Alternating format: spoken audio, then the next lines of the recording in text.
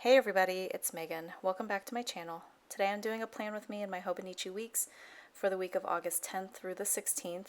I'm doing something a little bit different today and doing a sped up version of the plan with me and a voiceover.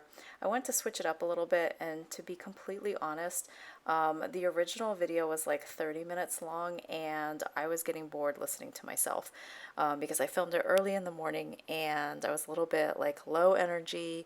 And yeah, so anyway, here we are with the voiceover. So let me know if you like this, if you prefer voiceovers, or if you'd rather talk and have me talk in real time. I'll obviously do a little bit of both, but I'm just kind of curious as to what your preferences are. So the Hobonichi Weeks sticker kit that I'm using is from the Etsy shop Starfish and Frog, and it's actually a kit that I had purchased about a year ago, so nothing recent, but I did go back online onto Etsy right before I filmed this and checked, and the shop is still up, and this sticker kit is still available as well as other color combinations in the same format. It's very functional, and as you can see, there's no like bottom washi or decorative pieces. So I brought in some extra washi. The floral washi that I end up using is an unknown brand. I got it off of a table, like an extras table at a planner meetup where people just kind of threw stuff in the center of the table that they didn't want, and then you took whatever stuff you were interested in. So I grabbed the floral washi, and I actually think it works out perfectly with this kit. And then the thin pink bow washi that I'm using is from Simply Gilded. It's their 5mm header washi, so it is perforated where you can cut it or you can tear off 1.5-inch strips of the washi if you wanted to use it as a header in a vertical planner, but then you can also just stretch it out like regular washi, and you can barely tell that there's a perforation unless you're looking super close. So I'm just going to use it as regular washi today. And then the pen that I'm using is a Pen Gems pen. It's from an older collection from I think a couple of years ago. I remember that the name of this pen is Andromeda, but I don't remember the name of the collection, so sorry about that. You might be able to still find these on the Pen Gems Buy Sell Trade group on Facebook. I think I've seen a few of these around recently. The pen refill that I'm using is not the ballpoint ink that comes with the standard with the Pen Gems. It is a refill that I used. I think it's the Zebra gel ink in a 0.4 tip. I'll leave a link down below to the shop, along the shops that I mentioned, along with the link to that refill if I can find it. So yeah, check the description box below for all of those details. So as you can see, I'm going through and putting down the bottom washi, starting with the smaller, thinner washi, so I can just kind of go from the top down. And I already put down the date covers. I think I was talking about earlier how I don't really like individual date covers unless there's a reason behind it. I do kind of prefer the full strip of date covers. It just makes it so much faster to put down your stickers.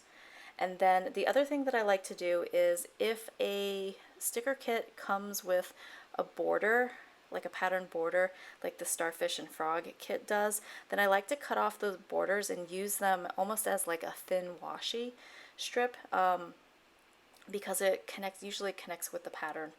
So that's what I did here. And I'm going to end up using that as my vertical divider on the left side of my page once I finish putting down the bottom washi. And the other, just in case you're wondering, the other washi that I have on that post-it or sticky note in the top left corner, I'm not actually using any of the Celestial or Star washi. It was kind of me just playing around with the different colors of blue and seeing what I liked. But I really love this floral washi that I got for free from a planner meetup. I think it matches perfectly with this, which I know I said before.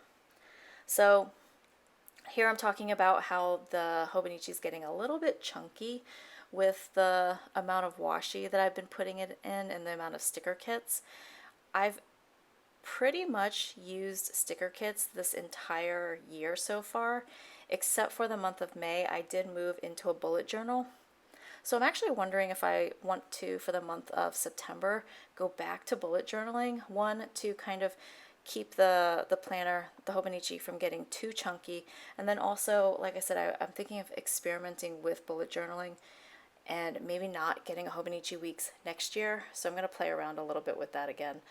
And also, I think I'm running out of sticker kits and I don't really want to buy more right now. So, but I still want to decorate and kind of play around with it. So we'll see. We'll see what happens in September. Anyway, I used that border that I cut off as a vertical washi strip, and I just made that division on the far left third of the left page, so that way the far left is all of my appointments and work schedule, and then everything to the right of it on the left side of the page is going to be kind of my daily log, things that have happened throughout the day. So that way, when I go back and I do memory planning, not memory planning, but memory keeping or like journaling, I know what I did for that day. So it's been really useful for me, really helpful, because my memory has been like the worst when it comes to remembering what I've done each day of the week. Everything kind of blends together, you know? All right, so I'm using these dots to mark the different times that I'm going to end up working each day. So the way my schedule works is that I have a 3-hour block in the morning of class, and then I have like a 2-hour lunch break, because there's usually like an hour of class in the middle, but I don't teach that hour. And then I have another 2 hours in the afternoon. So I just like, for this one, since I had all of the stickers and the dots, I figured I'd just separate all my hours out. And then Wednesday and Thursday is going to be interesting, and I'm excited and a little bit nervous because Wednesday and Thursday I'm going back into the office. We're actually going to have in-person classes, or actually like hybrid classes on Wednesday and Thursday. So I wanted to mark that I'm actually going to be going back into Boston to teach those classes. I'm not nervous about the safety issue. My husband said that he would drive me into Boston, and even if I have to take public transportation, I don't think it's been that crowded. And if you're in the Boston area, correct me if I'm wrong, but I don't think it's been that crowded, and most people have been compliant with wearing masks. So that's not as big a deal with me, and I know that our school is going to be like super strict on making sure that everybody's safe. That's like their top concern. We went through a meeting last Wednesday, and they were like, they're taking temperatures every day. The teachers had to do a test to make sure we're not positive for COVID. They're going to make sure that we can only walk one direction around the building, so we're not like bumping into people. Maintaining a 6-foot distance, even in the classrooms. I know I only have like 2, maybe 3 students for my classes, so we'll definitely be like socially distant from each other, even in the classroom, and wearing masks. So lots of precautions. I'm not concerned about that. What I'm concerned about is the teaching part, because we've been online for like 5 months now, and also I'm going to be teaching some of the students in person, but then some of the students are not in the Boston area, so they're still going to be online, and we'll be doing both at the same time, and I have no idea how that's going to work. Even though I've been teaching this kind of material for like close to 10 years, it's still a little bit nerve-wracking when you have to change up your style, and I know I'll be able to adapt to it, but a little bit apprehensive.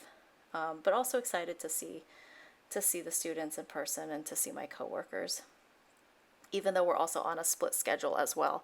So I'm only going in 2 days a week, and then the other half of the school is going in 2 days of the week as well.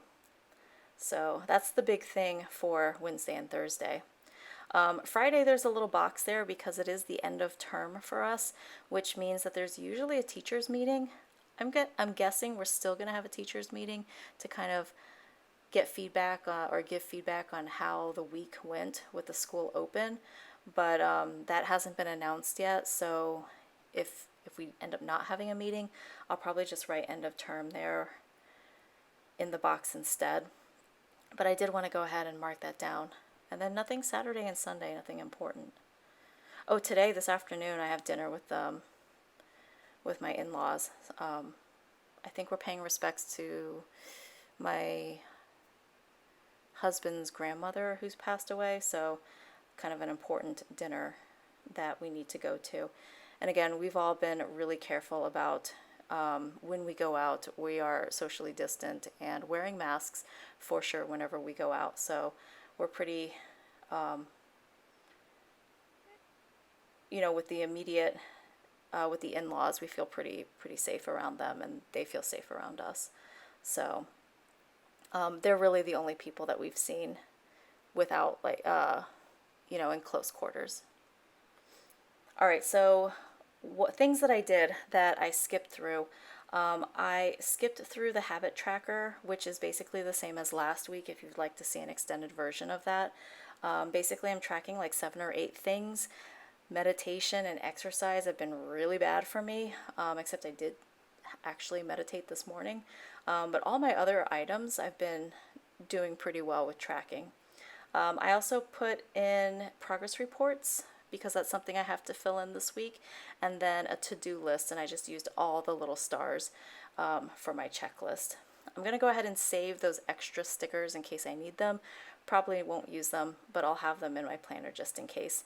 And that's pretty much it. So I hope you enjoyed watching this. Like I said, let me know what you thought of me doing the voiceover and kind of just talking through it, and being a little bit more concise than if I planned my way through it and tried to talk at the same time.